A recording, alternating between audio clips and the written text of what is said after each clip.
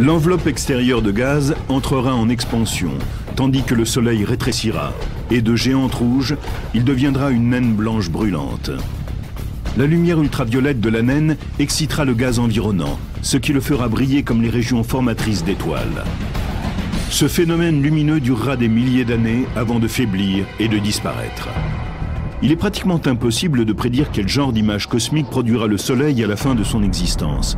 Mais regardez la variété étourdissante de nébuleuses planétaires dans la galaxie. Qu'est-ce qui les rend si incroyablement différentes?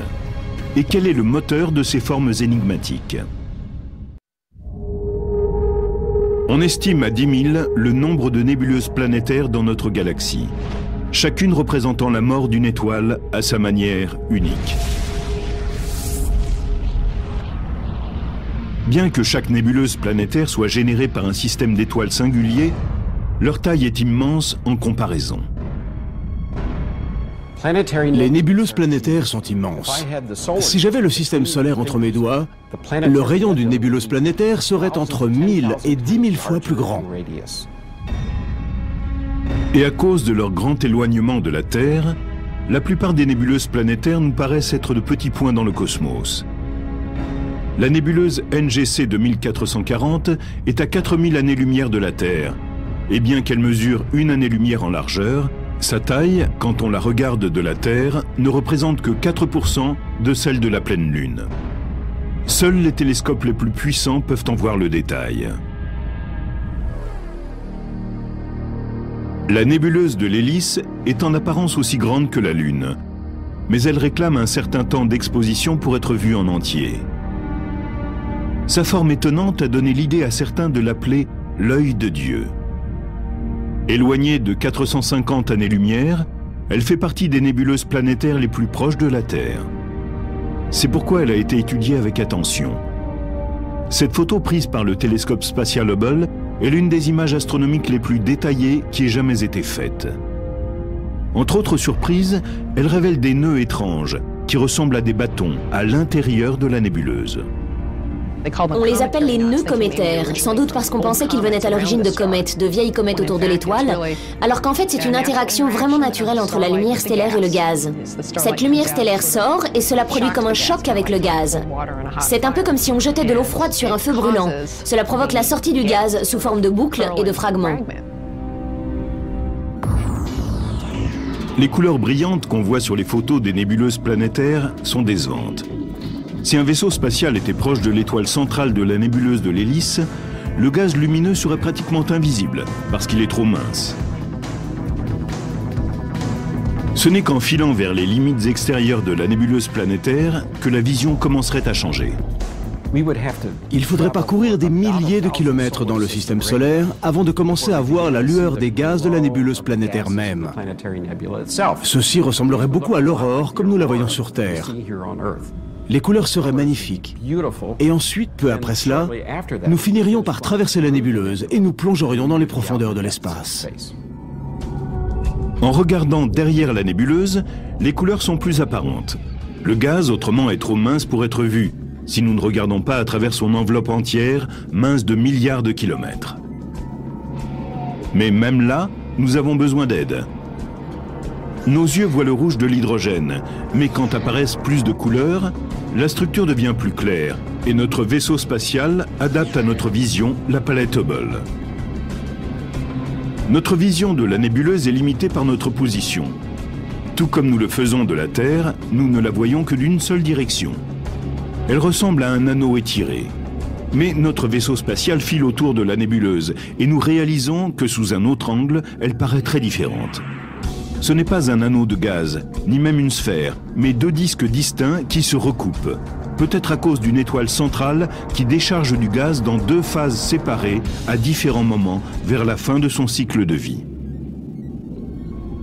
Les questions entourant les formes de la nébuleuse planétaire sont parmi celles qui engendrent la plus grande perplexité chez les astronomes. Jetons un œil sur certaines des structures d'une nébuleuse planétaire. Elles vont d'une forme ronde, comme la nébuleuse tranche de citron, à une forme elliptique, comme la nébuleuse du spirographe. Et il y en a beaucoup d'autres, comme la nébuleuse de la fourmi et la nébuleuse du double calmar. Étant donné qu'une étoile commence comme une sphère, on pourrait s'attendre à ce que dans son dernier souffle, elle produise une nébuleuse planétaire sphérique.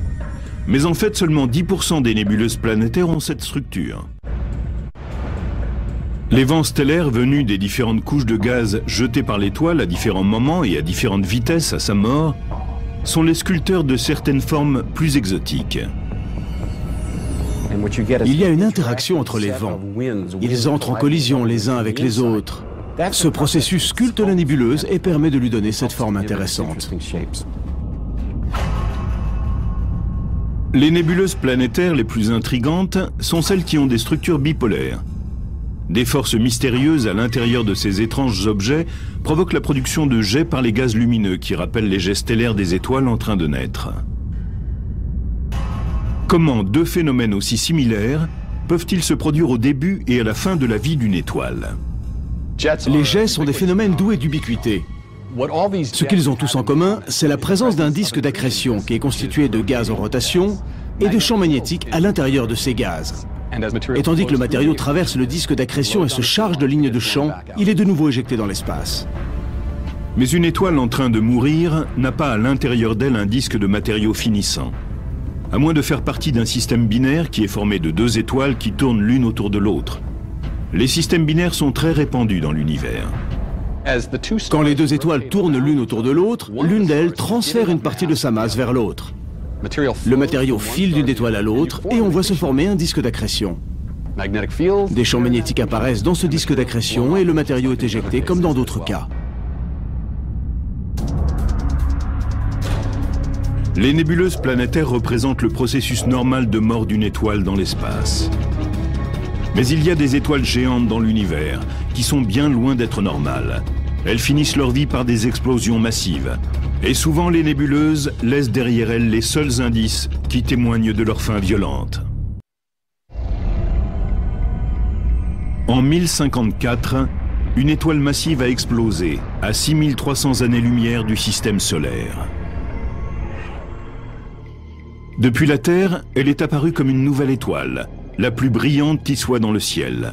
10 fois plus brillante que Vénus. Elle est restée visible dans la lumière diurne pendant 29 jours. On sait que les astronomes chinois l'ont également vue, ainsi que peut-être les Anasazi du Nouveau-Mexique, comme semble le montrer un de leurs pétroglyphes. Elle a pâli presque aussi vite qu'elle était apparue, et aujourd'hui, nous ne pouvons la voir qu'à l'aide de télescopes. Mais ce qui reste d'elle est spectaculaire. 1 millier d'années plus tard, nous l'appelons la nébuleuse du Crabe. C'est une des nébuleuses qu'on appelle rémanents de supernova.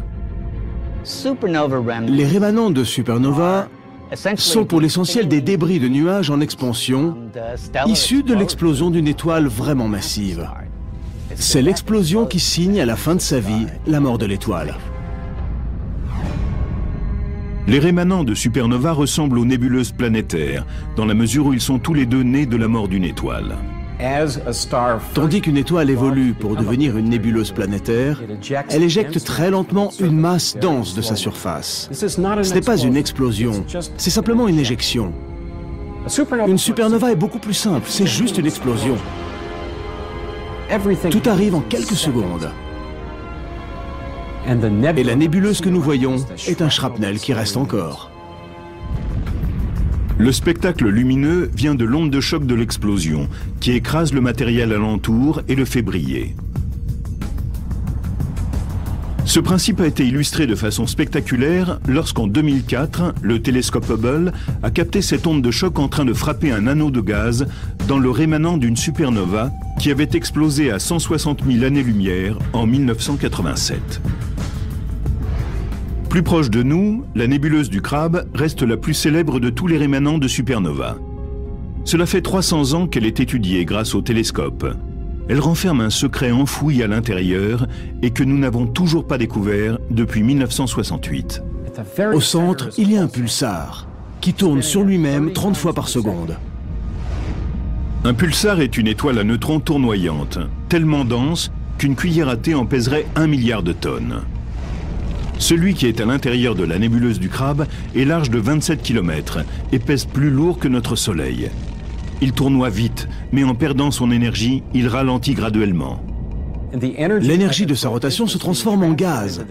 Et en fait, la plus grande partie de la radiation dans cette nébuleuse est amplifiée par le ralentissement du pulsar. On voit cette radiation comme l'étrange lueur bleue au centre de la nébuleuse du Crabe. Elle est générée par des électrons qui se déplacent quasiment à la vitesse de la lumière à travers les champs magnétiques du pulsar. Mais il y a plus que cette lueur bleue. Des photos spatiales récentes révèlent que des champs magnétiques secouent le centre de la nébuleuse. On voit de petites ondulations émaner du pulsar. Ce n'est pas une fausse idée de penser qu'un champ magnétique est un ruban étiré. Et quand on le pince, on cause une perturbation qui fait son chemin ensuite.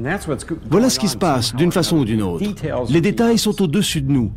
Mais on peut voir le phénomène et il est assez clair. La mort de l'étoile qui a formé la nébuleuse du Crabe fait partie du cycle de vie de la galaxie. Le gaz, expulsé dans l'espace et devenu rémanent de supernovas ou nébuleuses planétaires, retourne au milieu interstellaire, où il devient un matériau brut pour les générations futures d'étoiles. Ce processus ne peut pas continuer éternellement, parce que nous avons une quantité définie de gaz d'hydrogène. Tôt ou tard, la plus grande partie de l'hydrogène et de l'hélium qui illuminent les étoiles s'épuise et elles s'éteignent. Aujourd'hui, quand on regarde la Voie lactée, 97% de sa masse est dans les étoiles, 3% est dans les gaz. Et quand une étoile se forme, le niveau du réservoir descend, encore et encore. La formation stellaire ralentira parce que ce gaz est de plus en plus difficile à trouver. Mais des astronomes, à l'aide du Green Bank télescope, ont découvert récemment une source de gaz dans un nuage massif à l'extérieur de la Voie lactée.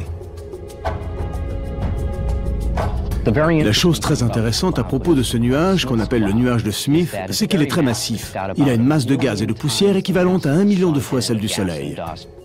Ce nuage se dirige tout droit vers la Voie lactée et dans 20 à 40 millions d'années, il entrera en collision avec nous.